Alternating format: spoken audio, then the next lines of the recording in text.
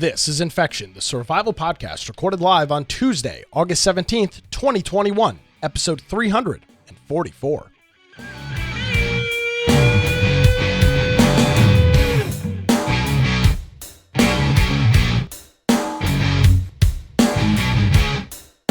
Hello, ladies and gentlemen, boys and girls. Welcome to another episode of Infection, the survival podcast. Infection is your source for the latest information on survival video games and other video game things. My name is Nick Craig. You can check out my website, nickcraig.com, if you want to check out my radio show, or nickcraig.net if you'd like to follow me on various social media platforms. And of course, our website, the only website you'll ever need on the internet, is infectionpodcast.com. Joining me as he does, rocking the black non-graphic tee, looking, may I say, very fine, Brian with an eye orange. Hello, Brian. How are you? Yeah, this is where we say, looking fine, feeling divine. You know, I guess we're not FM radio. All right, we'll move on. Feeling the vine. What the hell does that mean? No. Feeling divine, you know. Oh, divine. I think you said feeling the vine. I was like, what? No, I don't know what that can mean. All kinds of things on the internet. Yeah, that's what those code words. You know, yeah, I don't know what that means. Feeling the vine. That's a different program. That's for OnlyFans.com, Brian. That's not Twitch.tv. Oh yeah, we're on the podcast. This is the wrong. That's for our special broadcast that we. Yeah, that's right. Yeah, okay, but. the private one.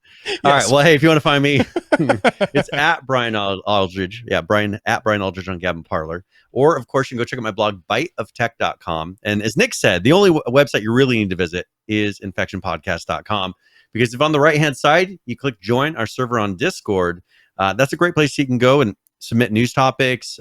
We have lots of people playing Ark on there, people just chatting, memes, news, all kinds of things in there.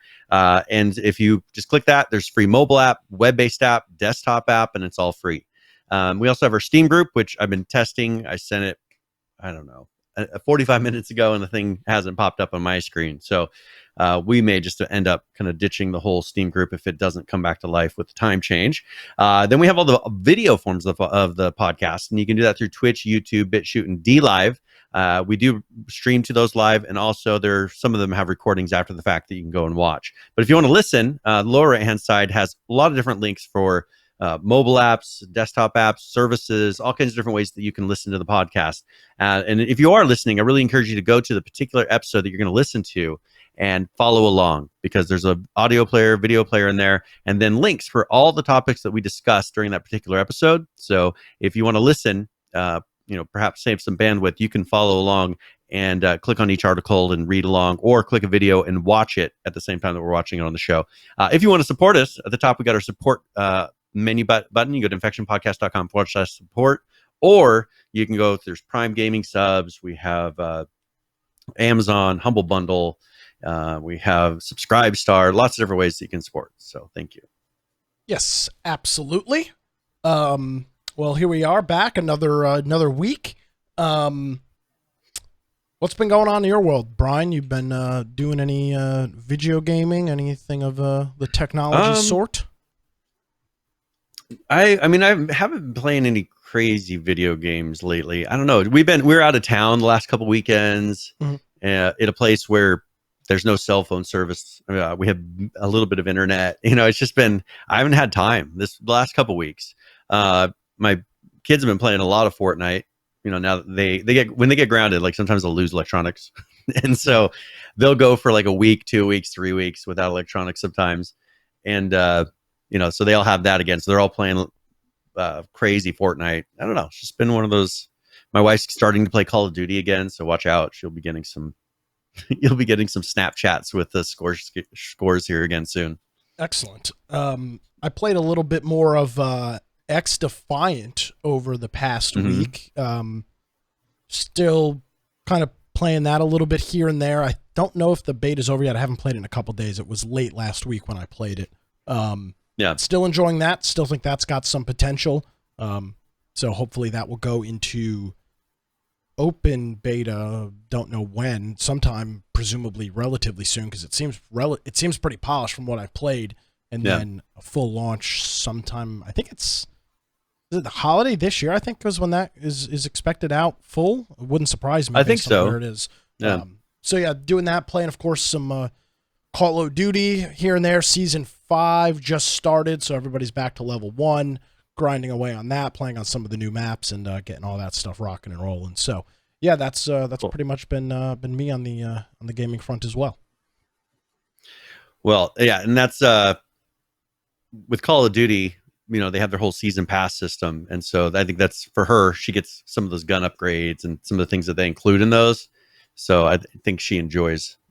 I don't usually like going for season passes in Call of Duty, but I think for her, she's new. She's gotten enough cool stuff that she doesn't really have in her account because she's just started playing. I think for her, it's worth it to pick up some things. To show you how little I do with customization in Call of Duty, the gun I use, it's the AR, whatever it is like the assault rifle that I run in pretty much every game mode. Yeah.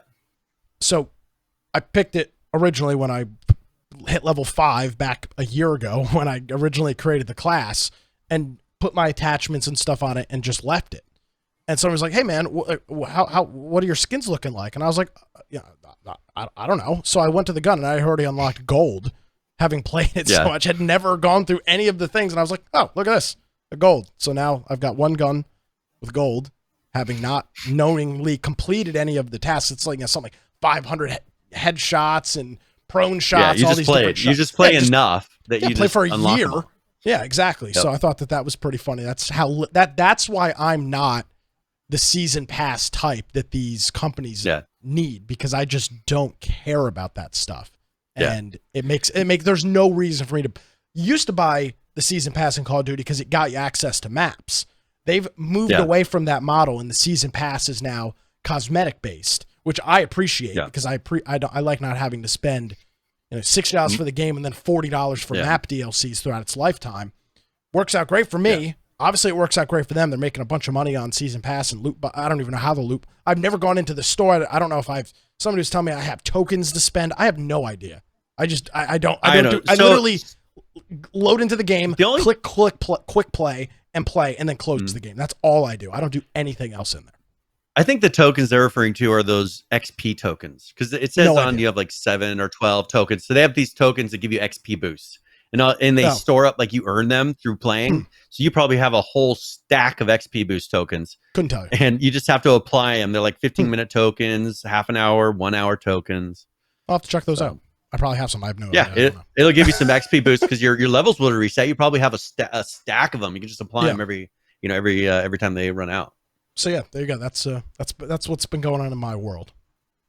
Oh, and I have been playing hockey. I think I did talk about how I puked so much a couple weeks ago. I think that was off the show, but it's off the show. So I had a game where we came back. We had a Monday and Tuesday game, like a playoff game, and so we came back, and we were thinking we had a lot more time, but just stuff slowed us down on the way back, and we end up getting home about an hour before I needed to be at the rink to play a game that night.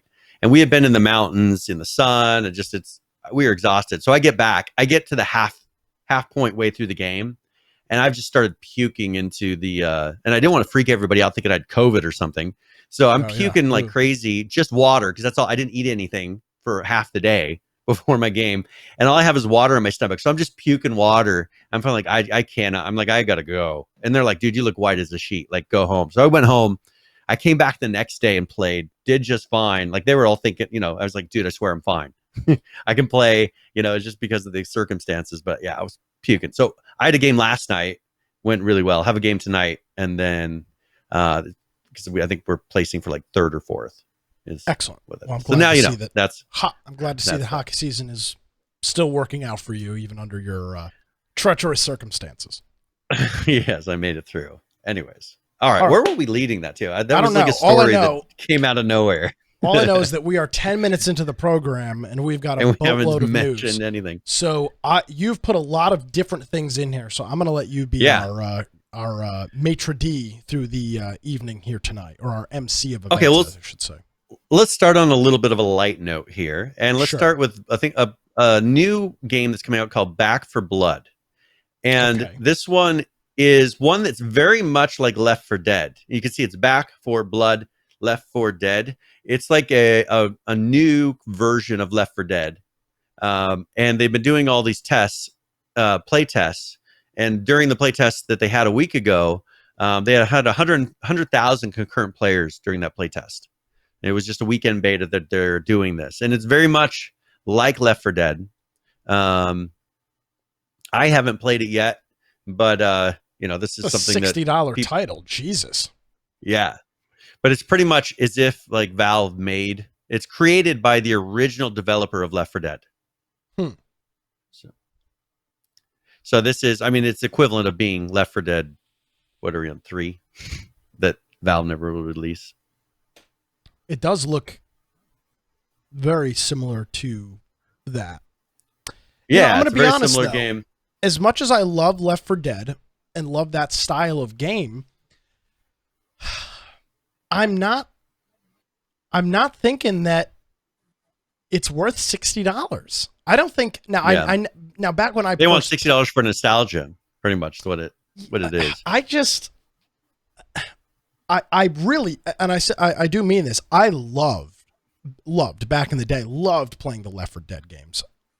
Yeah. I don't know how much I paid for them, but because they were always on sale, because they were Valve games, they were always on the deep discounts on Steam. Mine came in like a bundle. I probably bought it multiple times. Yeah, I have multiple copies for sure. I don't think I would have paid. I don't think I'd pay $60 for it. You're talking about a game that is a 4-player co-op game, and I just don't think that 4-player co-ops can demand a $60 price tag. Do you think they're pricing it? Do you think they're pricing it for that? Because one thing is it's going to be on the Xbox Game Pass here in October. So here in mid-October, it'll be on it's going to be launching on Steam, Epic Game Store, and Xbox Game Pass. So you can purchase it on Steam, purchase it on Epic, or you can just play it. So imagine how many people are going to have it right out of the box just because it's on the Game Pass. I mean, true, but I'd like to play this game on Steam. I bet you. It is odd that they're marking that up so much. Well, and it's the most interesting part about it is you can pre-purchase it for $60 because the game isn't even out until October 12th. Normally, you get some sort of discount running to pre-purchase the game, and then when it releases, all the early access games we talked about, most of those games were $20 to $30, and then they full release or come further down the development line, and then they're $45, $55, or $60. Jonesy's saying most people are saying it's more of a $30 game. Yeah, I don't care how good the game is. 4-player co-op games, which I just don't see that. I'm just trying to think Left 4 Dead. I would not pay $60 for Left 4 Dead. I just wouldn't. I bet you. I don't think it's a $60 I bet game. you probably it will price. I bet you it'll price correct down to $30 eventually. Probably what'll happen is they'll keep it on the Game Pass for a certain period of time. They'll take it off the Game Pass, offer it at half price at that point, and then probably adjust the price down to normal. But they're going to have to look at these sales numbers on Epic and on Steam. But Steam will probably have the highest count, aside from the Game Pass people, which you just have to count it on installs and people actually playing. But they're going to have a huge number of people that are playing on Steam. There's not even an offline mode. So you can't even play with bots. bots. You have to play it online. No. Yeah, they don't have. So, yeah, this is not a $60 title. I'm sorry. It's not. It's probably more of this guy had probably, I don't know how many games this studio makes, but, I'm assuming that most of their studio is running just to make this game. So they're probably pricing it to what they need versus what it's worth. Well, Turtle Rock is part of Warner Brothers games. I mean, do they make a lot of games? Are they a pretty big studio? Mortal Kombat they published. Then they should know better. Hitman I don't know. They published. The Lego games they've published. Some of the Batman games they've published. They've got 173 games on Steam. Oh, well, then they don't really have a reason. So Hitman they should know better. They don't have any studio to keep up. Mad Max was published by... Now, this is the publisher, but... It seems like the publisher. But what about the studio? What I'm wondering about is the studio itself. If you click on the studio on Steam, it just brings you to Warner Brothers. So that makes me think. Okay, that makes me think it's a Warner Brothers. It's a sub studio, probably. Sub studio, yeah. Yeah. I don't know. Maybe they're just not in touch, or maybe I have a feeling that they will price correct. This is probably. this is something that once they realize people are only playing on the free options. So let me ask you this: continue. Was this a free beta period, or did these folks have to buy it to get access to the beta? No, I think that they were able to play for free. I think it was like a opt-in. I'll have to look and see if I can find it on here. But yeah, I think it was a free weekend that people were able to test. It was. Jonesy says it was free. Yeah. I think you will find that this game does not sell anywhere near as well as they hoped. Yeah, and I think at that point we'll see if they turn around and drop this down, because I wouldn't buy. I mean, if it weren't in the Game Pass, I wouldn't buy it at this price for sure. This is a $30 title. Yeah. I can't draw a parallel to other games that I have purchased like this for $60. There are, in our era right now where we are gaming wise, there are very few games that can demand a $60 price tag. This is not one of them. Call of Duties, Battlefields, your Last of Us, Red Dead Redemption, your Red Deads, your GTAs, that stuff can demand. This is no. I haven't played it, for the record. There's no way this game is on the level of those games that demand $60. And realistically, how many games have we seen recently that are not large releases that are $60? For that matter of fact, I mean, how many games that we talk about that are not, Final Fantasy or something brand new coming out, some massive franchise, are even charging $60? Go back 10 years, most games were $60, even the shitty ones, because when you were releasing a game on disc and you were going gold with a game, putting it in a case, getting it on shelves in GameStops and other stores, those were $60 titles. Now, on the Xbox Live, there were arcade titles. That's what they used to be called. You could get those for $15, $20, $25. But most games were $60. We have seen a complete reversal in that, where most games now that are not gone gold in terms of large physical media release, which most games are not anymore. I mean, the amount, if you walk into a game store, you're like, holy crap, there's no new games for these consoles. Most of the games are older because games just don't release physical copies anymore, except for your big ones. I don't think they can demand $60. I think it's ridiculous. I don't think they'll get it. You will not find people buying this game for $60. We'll know in October. Except for people that have a weird fascination with Left 4 Dead, and I mean, I have a huge fascination with Left 4 Dead, but I'm not. But I'm saying there's a niche group of people that will, but it's not enough to support the game. Yeah, it's not going to keep the doors open. I don't know how much they're making from having it on Game Pass, but obviously they're not pricing it like that's going to keep them afloat. Yeah. Well, I hope for the best. I really enjoyed Left 4 Dead. Hopefully they can get the price down to something more reasonable for what the game likely is, based on what its description is, which is a 4-player co-op zombie game. Yep. Well, interesting. Now let's talk a little bit about another studio that's making some remasters coming up. So Take-Two, Grand Theft Auto, one of them actually can release games and charge $60, and people will pay it all day, multiple times, as people have found over the years. Sorry, rest in peace, my wallet. And so one thing that I've been wondering, what's been taking them so long, is like, why aren't they making some remasters of games that we've played over the years and years and years? PS2 games were incredibly advanced for the time.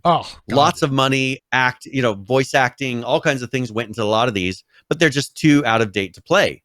And so they're working on 3 remasters, or re-releases as they call them, in this coming year. And there's lots of hints of possibly, well, first of all, we know that the Grand Theft Auto standalone is coming next year.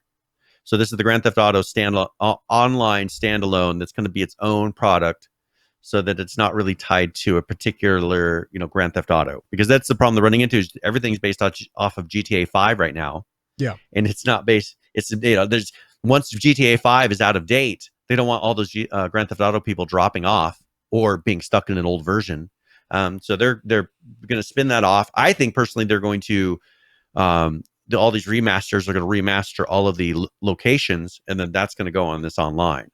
So I think that they're going to be bringing in lots of locations that aren't just GTA 5 and make a master world that's Grand Theft Auto. Yeah. And I think Vice that City, part San of this Andreas, stuff like that. Exactly. And making it to where it's just one giant map. And then you have the ability through, the online to go to all these places, but they've created these already, when they're making the remasters of every single one of these locations.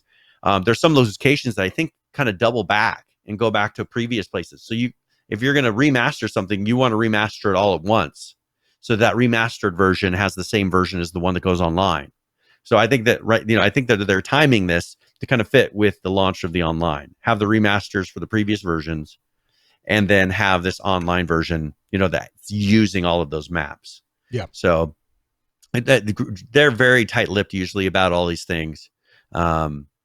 So they're I don't think until it's the last minute that you're actually going to hear from them what these are. But there's also been talk of Red Dead Redemption, the original Red Dead Redemption being remastered to be matching the technology of number 2. So I think they currently have 6 remasters and ports at Take-Two that they're doing right now. And then I think maybe they added 3 more on top of that, or the 3 more makes it 6, but they've got a decent number coming. And I think a lot of them are around that Grand Theft Auto and the Red Dead Redemption series. So, well, they've got a huge amount of intellectual property. I mean, some of these, you're talking about the early GTAs were, I think I talked about it before. There's the guy that did the history of GTA. Yeah. It's like a 4-hour video. And to see, he does some comparisons to other games that came out when these early GTAs came out, and it was light years ahead of what other major studio, because at the time, Rockstar was not a major studio. No. Ahead of things that were coming out of Activision and some of these other large players at the time. So the amount of IP that they've got is priceless. I mean, you're talking about decades, literally, of intellectual property with the Grand Theft Auto series. This is a money printing machine for Take-Two and Rockstar. Oh yeah. Well, and exactly, and that's the thing is the Grand Theft Auto series. I was trying to see when the original because I used to play on in the late 90s when this first came out, like 1998. I remember playing this game, Grand Theft Auto, the original one. Probably on the PS1. Or no, I was doing it on the computer. Yeah. They had it on PS1 and they had it on the PS1 and the PC. I didn't have a PS1 at that time. And so then the next one came out on PS1 and Dreamcast and then Windows. But the original one, I used to play that on DOS, or actually it's probably Windows, whatever at that point, 95 or something. And if they remastered that, I don't think there was a lot of story to that one, if I remember correctly. No, I think it was just kind of the weird top-down one. An overhead view, you're shooting the people, maybe there was quests. I don't even remember. There's quests that maybe popped up, but things. I think you kind of got directed around a little bit, but how they would remaster that, I don't know. I think maybe a visual upgrade and something that works, people would be happy with. Don't charge a bunch of money. Include it with another one of the games. Don't release number 1, but the next ones have story to them and a lot of content. Well, GTA 3 pretty much starts with Liberty City, which we know about from later games. But personally, I think they're going to do 3. I think they're going to do 3 Vice City, San Andreas. I personally think those are going to be. I think those are the 3, and then I think eventually they'll go into Grand Theft Auto 4. But I think those are the ones that would be huge. And they have them on mobile. You can play them on mobile. And that's how some people are playing them now on their phones. But I think that people would jump all over that, and because there's so much story there that just could be told much more in a current matter. Because when you play those old ones, it's just tough to sit through some of that stuff and the graphics, and then some of the garbage of the controls of that time. It's just very different. People are used to a lot more now. So absolutely, we'll see. Hopefully, it's something that comes out here soon. Do you have a preference on where we go next? No, sir. Lead me. Okay. How about let's talk a little bit about a game that's coming out called STALKER 2. Okay. They made an announcement this week with a screenshot that they are putting the new version, the Stalker 2 that's coming out, their next release, on Unreal Engine 5. So they're starting to get games that are locking down, saying, hey, we're going to release our next one on Unreal Engine 5. PH, I think, posted something in our Discord mentioning that they're pushing out the Unreal Engine 5 Fortnite release. I don't know if this is a joke, but it's to Season 9. Season 8 is coming out here pretty soon. So I would be very surprised if they're going to be running all of Fortnite on Unreal Engine 5. But hey, they're within the year. They will be, because the Season 9 will be before the end of the year. Yeah. So this is pretty incredible. So this shows them working on the in-game. This is going to be a shooter game, so it's going to be somewhat fast paced. It'll be interesting to see how these worlds that have so many polygons and just triangles and everything that are how are they going to handle? Is it going to be able to quickly respond to enough to be a first person shooter, fast paced Call of Duty style game?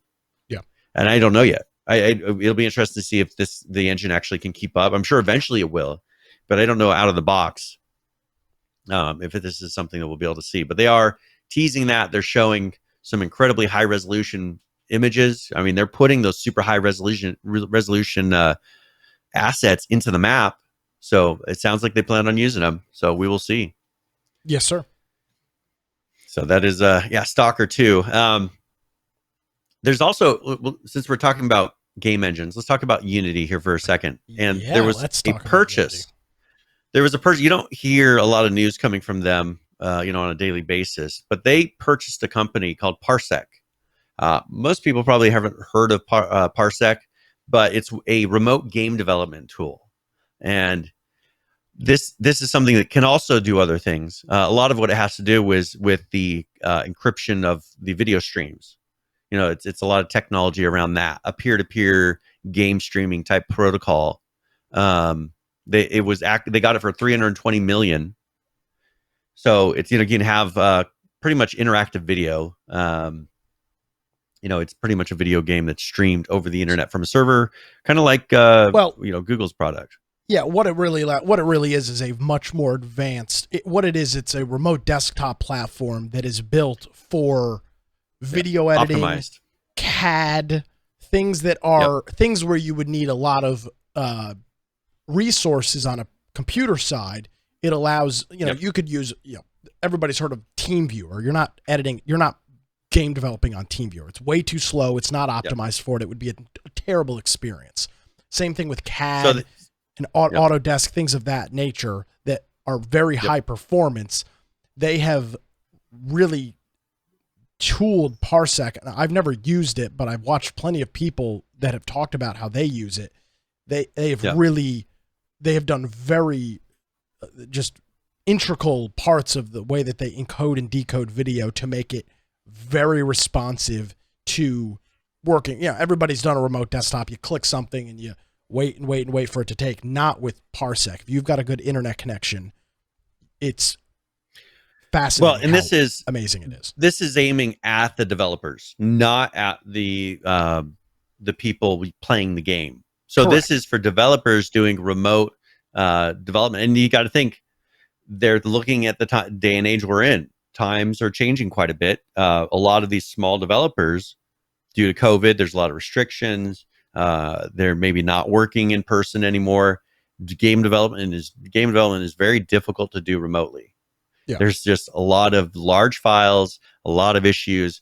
Something like this is that answer, is having something that's is optimized enough to be able to give you something that's accurate, to pinpoint accuracy, like if you're moving something with your mouse, but still be able to work with very high detailed, high graphic things. So I've not used this, but this is where we're going, and I'm really interested to see is what's Epic going to do in answer to this. Do they feel that this is something, because they're always trying to compete? This is one of their biggest competitors that's out there, and I'm kind of just interested in see what they end up doing in response. Are they looking at a remote work option, or is that something they don't feel is important? Because this is now, I don't know that they've locked anything down. I'm sure all the other licenses and everything are going to continue. But I don't know if this is something they're going to kind of bring into and make it more just a Unity thing. Yeah, when it would be when it could be used for a lot more. Yeah, well, I'm sure that they're not. I would hope that they don't get rid of Parsec as a platform because it is very cool. Yeah. But I would not be surprised that, or if Parsec, they build some sort of Parsec thing around Unity itself, and you can, instead of having to install Parsec on your computer, it's kind of integrated into Unity. It's integrated into Unity, which could take away some features from people that aren't using Unity, or that way they're more rolling the important features into their product, which they now own, which they have every right to do. It kind of makes the other one less valuable. So I don't know. We'll see. But this is an interesting acquisition, and I think it really matches with the way the game development for a lot of these small indie development studios that are mostly using these type of engines. It absolutely does, and I'd recommend people go on YouTube and look up some videos about Parsec. It's there's some YouTubers that have done a really good overview of it. It's a very cool technology. Yeah. It's not free. You have to pay for it. So it's not the easiest thing to get. So let's go to the other end of this. And Xbox cloud streaming is now available as a Windows app. People, to be able to do the cloud gaming, have been having to use a web browser. Yep. And now they've got it to where there's an app, and it lets you do all the cloud gaming. And so if you're interested in that, just go to the Windows Store, get the Microsoft Cloud Gaming Beta, and then you'll be able to try those out. I've tried it on the mobile, and I don't know. I have a tough time playing games like that on a mobile. You do need to be part of if I had a controller. You do need to be a part of the Microsoft Insider program, which you can just go and sign up for. It's not a like a pay for thing. But yeah, I mean, this looks good. It needed to be an app, and it now is an app. I presume this is going to be built in with once this hits stable, presumably this will be built into a Windows 10 feature update, and obviously will be built into Windows 11 by default. Microsoft continuing their double, triple, maybe quadruple down on taking over this space, and I don't see how anybody can even come close to even competing with them at this point. I don't know if this was pure luck or somebody over at Microsoft having a 10-year, so a lot of foresight, 10-year foresight into what this industry was going to be, because they hit it on the head. I mean, they really did. They absolutely did. I'm glad you said that. They absolutely hit it right on the head. Well, let's go to Steam now, because Steam is trying to kind of compete. Game Pass is really quickly turning into one of Steam's bigger competiters. It absolutely is. Yeah. Why buy a game on Steam? Epic is doing everything they can, trying for free. Yeah, and then you've got Microsoft just coming in and saying, well, hey, here's how we think it should be done. Well, Steam they released their Steam Deck, they're starting to pre-order Steam Decks. They've now created the actual official video for this. So I figure it might be good to see the video, because this will allow us to see their version of what we're supposed to be seeing. It shows some really close-up shots of it, and helps a lot with, I think, size comparisons and things of like with that as well. So let's go and do that. This is called Introducing Steam Deck. This is Steam Deck. Oh, really? The most powerful gaming handheld in the world. Steam Deck is a full-featured gaming PC that lets you bring the games you love wherever you go. Full-size thumbsticks, analog triggers, and user-assignable buttons allow for portable gaming without compromise. Steam Deck's multi-touch display, dual trackpads, and gyroscope bring the full power of PC gaming to your hands. Your Steam games are already on your deck. Just sign in and play. Go beyond the included game storage with a microSD. Now hold on, because I want to stop this right there. They continually say this. Just sign into the device and your games are there. That's why I know this device will. That's why you think it's streaming. That's not why I think it's streaming. I think that's why there's going to be a bigger emphasis on streaming than everybody is saying, because they keep saying this over and over and over again. Just sign in and your games are there. That's not how Steam games work. You don't just sign in and your games are there. Exactly. Well, and that's something where either they're going to have to start offering a service where they're doing cloud gaming, streaming to devices, which they may very well be in that, kind of like what Microsoft's doing. Yeah. Or you're going to have a computer with a really good internet connection that has the ability to stream to you GPU. remotely wherever you are. Yeah, and one that with a good video card to play all this smoothly enough to then encode it, send it over the internet, have you respond, and then rate for a response. By the way, there's so much that can go wrong with that. It will play games, but I want to point out that point that they keep saying things like just sign in and your whole library was there. Yes and no. Let's finish. Steam games are already on your deck. Just sign in and play. Go beyond the included game storage with a micro SD card. You can even stream games from another. So wait, PC. you see there? That was how many were installed. Deck runs right? a new version of two Steam games focused on two games handheld on there. gaming, with features you'd expect, like cloud saves, Steam Chat, and more. Steam Deck, powerful, portable PC gaming. Reserve yours now. So, I mean, there is no question about it because I saw, I don't know if it was this week or last week, Linus Tech Tips did Linus was at Valve headquarters and was playing it, and it did, in fact, play games, and it will. I mean, I'm not taking anything away from the hardware because it is strong hardware. It's a low-end computer is what it is. I'm just the fact that they just keep saying sign in and all of your games are there is just, we know that's not how Steam works. So I'm not saying they're misleading. I just want to point that out, that that's what they keep saying, and I find that to be very interesting. Yeah, and so that's that. I'm kind of curious where it's going to go from here, especially when 6 months from now, a year from now, when people are getting these in their hands, and all of a sudden they're like, "Well, you said it would play all my games." And they start realizing their home DSL connection isn't up to par. They thought that this was in place of having a nice computer because people think they can buy this, and it's like, well, I can just keep playing my games on there. No, you still have to keep upgrading your computer. In some cases, it will, and I think for a majority of games on Steam, it probably will play them on decent settings. And I'm sure you'll start getting developers optimizing it for this as well. You'll get developers that release versions that are optimized. Correct, and that's going to be once the hardware is out and in people's hands. Off. I think at the price point, kind of like at the price point, it will. I mean, you look at the success of the Nintendo Switch at its price point. Well, okay, that's with them selling them, but whether or not it gets to where other hardware manufacturers start making their own. I mean, I'm talking about like if it takes off like a Switch, to where it's a common household name like a Switch is. Yes, a Steam Deck, where you go to your grandma and say, "I want a Steam Deck for Christmas." She goes to the store, picks one up, and gets the right thing.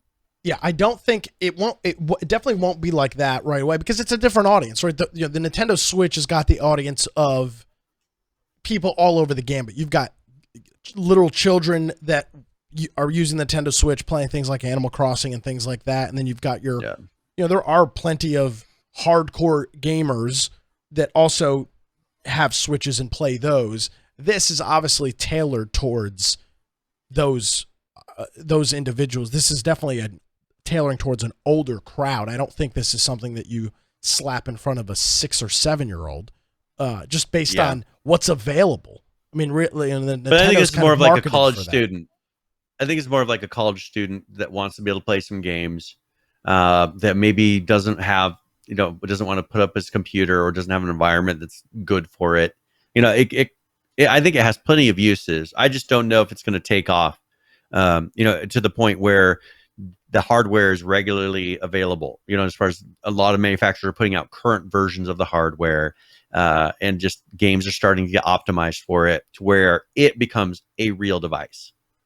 Right now it's kind of a concept that will run a lot of things, but it's not really a device itself because things aren't being made for it. And I think if it did, I think it could be huge, and to where then Steam then kind of becomes what I think it wants to become, is the equivalent of Microsoft and PlayStation, being the curators of those whole platforms. And I think that Steam kind of wants to be that. Agreed. And this would be something that this does bring a lot of competition. Another reason to actually stick with Steam versus the things that Microsoft's been doing. So, it's there. Agreed. I'm very much looking forward to this. Regular people getting their hands on this thing. And did we see the end of the video? Is there more to it? No, that was the end of it. Okay, that's all right. Cool. So, they've been doing hands-on. We have some links that we'll have in the show notes, so you can check out of various hands-ons that like The Verge and things like that. One thing that I wanted to note, as far as kind of emphasizing more of what I was saying, is they're starting to AMD and Valve are working on a CPU driver, to boost the Steam Deck's performance, getting it to where the hardware manufacturers and all these groups are working together to optimize it to the level of where it's like a Switch, because the Switch is highly optimized. The game engine, very much so. It's on, for what it is, it's highly optimized. And I think here, getting it to where that piece of hardware isn't one of those one-off junk pieces of hardware that you end up putting some other operating system on and do something else with it later. Yeah. To where it stays this, they're going to have to keep working on it and getting it to where you're getting as much as possible, just like you do on the consoles, as much as you possibly can out of this little device. So they're doing that. So they're working on a CPU driver for that. Also, they're switching the operating system that the deck is using as well. It was using Debian, and then they found out that they were running into issues because they want to be able to update the core of the OS very rapidly, and they can do that with Arch. So Arch is going to be the new, because it makes more sense for what they're doing. They can do faster iterations of updates and things like that, especially in the early times when they may have a lot of games that need a lot of little updates to the core of this to have it fix bugs. Yeah, the previous versions of Steam OS were on Debian. They'll now be based on Arch, which is a pretty widespread and pretty high acclaimed distribution, at least from what I understand. Yeah, and it's and the biggest thing is the release cycle that they use for that matches more what they want to do for releasing the Steam OS. So that's the reason that they did it. Debian is very much very slowly makes changes because so many servers and things run on it, which I totally respect. They want this to be more bleeding edge. Arch can give them that, and so they're doing it. But we'll see. Is this going to be around 2 years from now? And then one final thing with Steam. Mm-hmm. Yeah, is one final thing with Steam. There was a bug that someone found where it was an unlimited Steam wallet funds, and so there was a bounty out for it, though. Yeah, so they put a bounty out, and this person found it to where they could turn a $1 deposit into a $100 deposit. Damn! And all they had to do was change the account's email address to one including amount 100, then intercepting a message to a payment company API. So it sounds like changing it in the past. Steam then would then send an email out to process the payment. You intercept that, make a change to where it says amount 100, and then it changes the in the code being sent to this processor that the amount that you deposited was $100 when it was really only one. Yes. Nice. So this is so the thing is, he made a $7,500 bounty for this. Nice. Good for him. It's a nice which is still good. You got to think. People say, "Oh, because that wasn't real money." That's you redeeming. You can buy things on Steam. You can buy virtual games that they can revoke at any point in time. It's not like stealing $30 million. No, he got $7,500. But I'm saying, people say where you could turn this into unlimited funds on Steam. Really, you can't. It's a virtual environment unless you're buying games and somehow gifting them for money. It's very difficult to get money out of this because all you can do is just buy every game on Steam. Yeah, the problem you run into is Steam is losing their ass because you are, you're buying $100 worth of games. They're paying out 30%. They're paying out their percentages to all the people underneath them. Yeah, and they're only really making. I'm just surprised that they did it for $7,500, being that this was such a huge possible glitch. Yeah, that is kind of. Yeah, now that I think about it, it's kind of a low ball. That's my main thing is $7,500 for putting a decent amount of time. This is more reimbursing him for his time, not for the fact that he did something that saved them a lot of money. Because $7,500 is a couple months. It's a couple months for a developer, a couple months worth of work. Yeah, that's what they paid him for, and that's one thing. With these bug bounties, where they're bigger things that could cost the company a lot of money, I would more be like, hey, let's make it like $75,000. Well, I mean, you like the airline companies charge, they'll do like $100, $150, $250,000, or at least back when they first started doing Wi-Fi on planes and stuff, they had huge bounties out there for people that were able to get crazy stuff on, get to assets and things on the internal network. Yeah. They're big money. Yeah, you're kind of right. Steam kind of fuck that guy. That's a super low ball number. I know. Loaded. That was just thinking of the number. If I put in all the work and time to do that, and then they handed me $75, I'd be like, okay, well that's nice. Thanks, guys. Yeah, it'll be nice. It's nice to have. You're a multi-billion-dollar company. Yeah, you guys are hoarding money back there like crazy. Now, one thing PH did point out, kind of what I was saying, you could work various games by purchasing CS:GO skins, getting CS:GO skins and then selling them for PayPal on the third-party markets. Like you could do that, and this is how somebody who knew about this bug could totally take advantage of it and sit there and generate money for themselves. That's why $7,500 just seems low to me, because that could be very easily made in one day selling CS:GO skins if you toss enough money at it. Yeah, true. So, all right. But yeah, that's Steam. Let's talk about another company. We had mentioned probably 2 months ago now about Norton doing more of the gaming and Bitcoin and changing how they were working.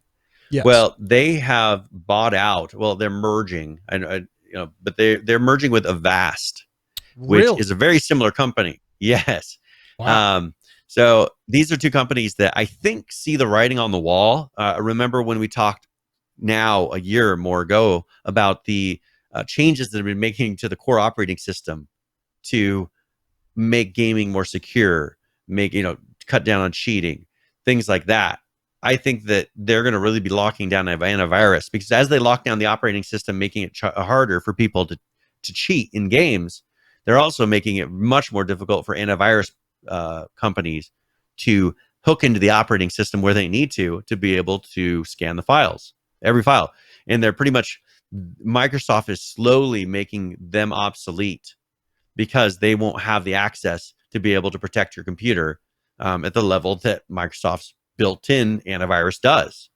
Exactly. And I think that these guys are having to change. So they have merged with Norton and Avast. They say they're going to be keeping their two locations because one is in a totally different country. Avast, I think, is based out of not Croatia, but somewhere over there. And it's going to be interesting to see if they end up merging the products, because Microsoft or Norton has their LifeLock. They've got services, and that's kind of where they're moving to. Avast has very similar things. Are they going to just change the skins, or are they going to make them one product? I don't know yet. So we will see. So I want to talk about Dead by Daylight now. An interesting. I've always been very complimentary of how Dead by Daylight has been able to secure so many well-known IPs and franchises for their game. And this headline to me was a little shocking, Brian. The headline states, Stranger Things will depart Dead by Daylight in November. The characters and outfits are available in the last chance sale. Users that have already purchased their skins will keep access to them. That includes the players, but the map is going away. And also the perks and achievements that were based on the show are changing to more generic. And they'll be available to everybody. So what it seems to me is that this was some sort of limited license for a set period of time. I don't know, a year maybe. I don't know when the last Stranger Things came out. But this is not good. This is a huge issue for Dead by Daylight, as they have literally built their whole game off of essentially licensing other IPs. And as of November 17th, as of August 18th, no, I'm sorry. as of November 17th is when they'll be gone completely. You will no longer even be able to play on the map. Yeah. That to me is very interesting. I think something I saw somewhere what this had to do with, and it had something to do with the companies. Well, I'm sure something with something sure changed on the companies on the licensing side, and it just was something that just happened to work out a certain way to where they lost it. Is what I remember reading. I'll try to find it and see if we can find it here, but I don't think this was a timed planned thing. I think it was kind of something happened and the licensing got revoked. Well, and this brings a serious question to the forefront. If I had paid for these skins, now obviously you saw, when you purchase that, I'm sure there's now you get to keep all your skins except it says the only thing you're losing is the map. Well, I understand, but nevertheless, you're if paying you purchase for it before a certain date. But you're purchasing the DLC. Presumably, the DLC sells as 2 players, perks that they're now changing, and a map. That's kind of how they sell the DLC. It's kind of a combined unit. What about all the people that paid for this? And obviously, yes, they still get the players, but they're going to lose the map and they lose the perks. So, and PH says, I thought the map was free to everyone. It is. I'm not saying you're paying for the map itself, but it's sold as a package. You're buying the Stranger Things pack. It includes 2 killers, in this one case, it's 2 players, a killer, and a map. That's kind of the thing. And the perks. So while you're not necessarily losing access, you are losing access to the map. And the perks are now going to be generic perks that are available to everybody. That is a little troubling to me. Yeah, and I wish I could find that story because I don't think it was intended. Usually they don't drop these things off, or they'll save for a limited time and actually show it. In this, I don't. Yeah, this is very odd. But I think this is a one-off. And I'm sure it has something to do with probably but do you think it might have something to do with Netflix and their new gaming department? No, because if that's the case, then Dead by Daylight needs to get some better lawyers to have better contracts. I have a feeling that it has something to do with that more than anything else. And it might, because remember a couple weeks ago they're starting a gaming studio at Netflix, part that's in charge of the gaming area of it. I just have a feeling that they're bringing all that licensing and things and probably tightening down a little bit more. Yeah, and it might very well have something to do with that. And you're right, it probably does. But I just think this raises some serious questions about kind of the long-term business model for Dead by Daylight. I mean, I'm not trying to be dramatic here. The whole game's not going away, but part of the game was the Hawkins Lab map, the players, and that kind of whole atmosphere. And now that it just seems to me that part of that's going away. Yep. So that's pretty concerning. Well, and as long as this doesn't become a trend, because that's something they're constantly adding to this. Another thing, there's been teasing about them adding Pinhead to the game. We have discussed this. I remember us discussing this exact thing and someone in chat bringing up Pinhead. Yeah, there's a little teaser, for people that really are into the show or into Pinhead, they would know, what that is being teased. But then there's been other things like there was a posting on a developer site somewhere hinting at someone who was doing work. You know why I think the reason this hasn't become more of an issue yet, Brian, is a lot of what they've licensed IP-wise are kind of dead franchises. Or you're talking about old school, horror movies from the, probably not the 70s, but the 80s and 90s. Those kind of there's not a big active thing with it. Stranger Things on Netflix is still there's another season coming out. It's still a very popular, active thing. That's why it was so shocking when they first got it. But who the hell's going to come and try to steal back some of these, what's going on with Michael Myers right now? I mean, like what what's the hot Michael Myers thing right now? There's not. That's the thing. I mean, they release a Halloween movie every once in a while, but that's it. Like it's not. I think this was maybe why this is a one-off, though. Well, and that's the thing. Yeah, I think this is more of a one-off for that. And they do mention here in the article saying, hey, you may be because they Netflix might be reluctant to give any IP licensing when they maybe wanting to release their own Stranger Things games. Then my previous point still stands. Dead by Daylight needs some better attorneys to draft needs better lawyers. Contracts. Say, hey, you need to lock them in to where they can't just back out if they feel like it. Now, they did say that it's going to be chapter. It's going to be in chapter 21. So this chapter 21 when they release it, and PH did say that it's in the player, the test build right now. Gotcha. So people can go and try that out. So that's Pinhead.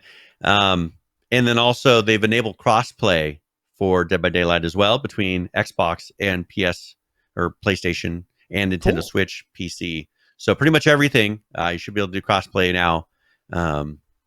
How that will work with the kind of P2P mode that this does will be interesting. No, it's not P2P anymore. It's servers now. Oh, well, don't they fall back? I mean, do they only do online now?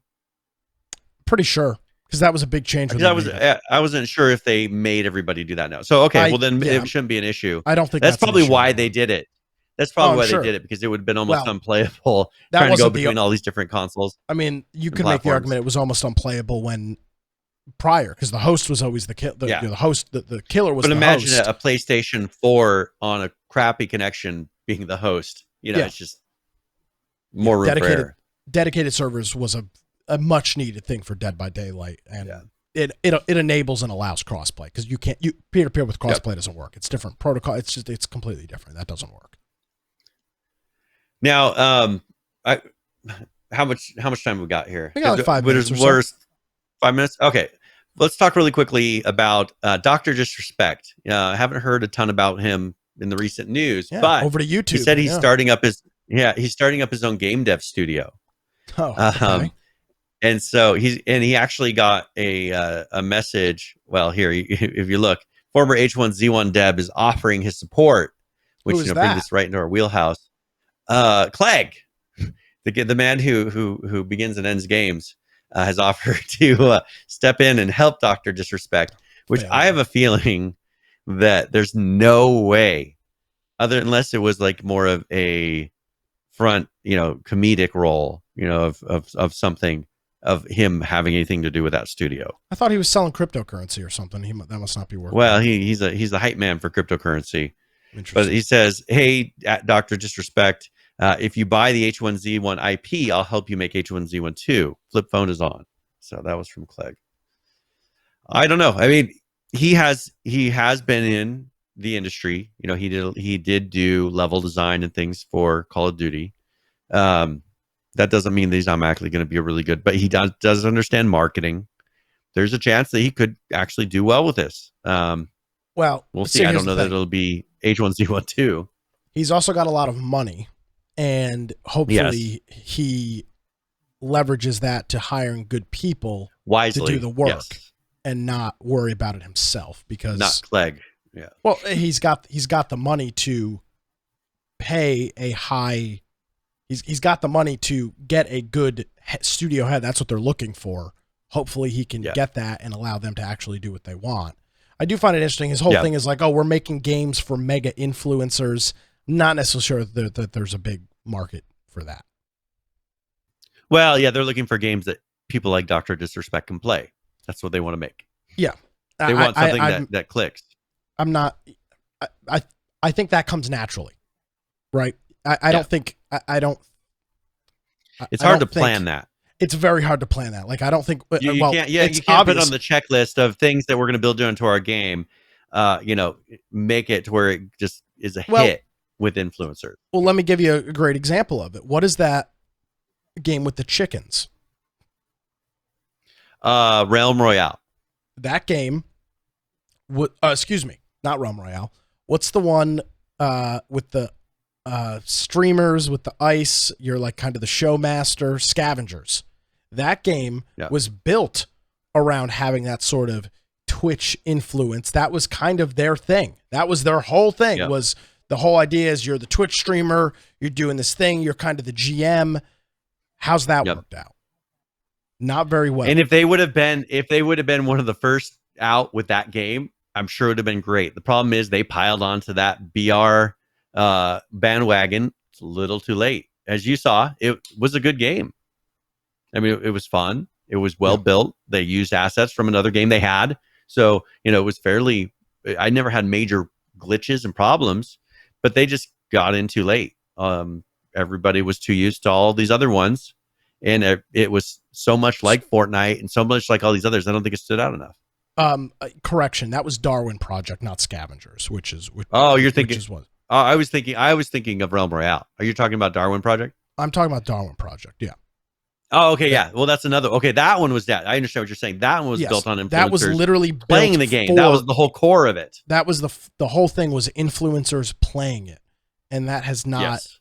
While the game is still out, it has not done that. Oh, Fortnite's an even great example. What did that start off? Some weird sort of $50 building game or something? Yeah, this is the one where this is the game where you pretty much build a base and then you protect it against hordes of zombies attacking it and try to survive the night. Yeah. And that turned into Fortnite. Exactly. So I mean, he's a smart guy. He obviously has lots of connections, but I don't think building a game on the whole thing of mega influencers and Twitch is necessarily a winning platform. But hey, I'm more than happy to be wrong. Well, and this is where I'm interested to see, does he take this seriously? Which I feel like he will, but can they put out a product that doesn't look like a big pile? He's going to be shoveling cash into it, so hopefully he will. These are very expensive. right. One more thing. There was what you got? one more thing I wanted to mention. There's been documents released. The Pentagon has been using AI that looks days in advance and supposedly predicts the future. Okay. Now, this would have to be with things that are incredibly repetitive, things that they have history of recording. Because people look at things like this, that's using data to make a best guess estimate. Right. Correct. People don't realize we haven't been highly in such detail recording everything in existence until recently. Yeah. So you're going to know, what recently is most likely going to happen. But how are you going to track something that happens only every 20 years, 50 years, 100 years? There's very little data for this. So I think this in the long run is pretty cool. I just don't think that it's going to last way out into the future. I just, right now, I think once they get enough data behind it and history behind it and all of these data dumps just going into places, sure, you can make a guess that tomorrow, most likely this one thing might happen. But if it's something that doesn't happen very often, I don't think this can predict that very well yet. Well, if the Pentagon's got anything to do with it, I want nothing to do with it. So we'll go from there. Well, okay. Then this leads to thought crimes or, crimes that could have happened. What about when they start prosecuting for a crime they say you will do, which is the whole Minority Report. It's right back into the movies. Bingo. George Orwell. So read it. Yep. We're there. All right. Well, that's all. I just want to make sure I mention that. If people are interested, we got a link to a more detailed accounting of it, but they're using it now. So yes, sir. You can supposedly predicts days into the future. You can check that out in our show notes on our website, infectionpodcast.com. All right. Well, is there anything else we need? Can I roll on out of here? Let's do it. All right. If you want to find me at Brian Aldridge on Gab and Parler, my blog, biteoftech.com. And of course, our website, infectionpodcast.com. Go to the right-hand side, join our server on Discord. Whether you want to play ARC or you want to come out and submit to the news channel. We have all kinds of different channels, a lot of things going on in there. Steam group, we may take it off. We'll see if that ends up going anywhere. If you want to watch while we're recording, you can do that on Twitch, YouTube, BitChute, and DLive. We also have some recordings after the fact with those. If you want to check out some of our pre and post show, you can check it out on our podcast extras channel. If you want to listen, just go to the lower right-hand side, click the particular platform you want to use. And then, of course, you can go to the episode that you're listening to and follow along. And that's a great way to go. And click links maybe to articles. If you're listening and you want to actually read the article, you can do that. We got a lot of different things you can do. So if you want to support us, just go to the infectionpodcast.com/support. We got Prime Gaming, Amazon, Humble Bundle, all kinds of different ways that you can do that. And we appreciate it. Hopefully we'll be able to use it next year if things are less crazy. We absolutely do appreciate it. Brian, appreciate you as always, getting everything all squared away before the program begins. As always, greatly appreciated. And we will see you next Tuesday for another episode. Sounds all good. right. Well, ladies and gentlemen, that's going to do it. My name is Nick Craig. You can check out my daily radio program at nickcraig.com. You can download my podcast, the Wilmington's Morning News Podcast, on any of the various podcast platforms. But the most important thing, if you missed any portion of this show, you can check out images, links, show notes, videos. You can read about the Pentagon, developing AI, all of that fun stuff. It's on our website, infectionpodcast.com. Thank you so much for joining us, everybody. Have a great week. We'll see you next time.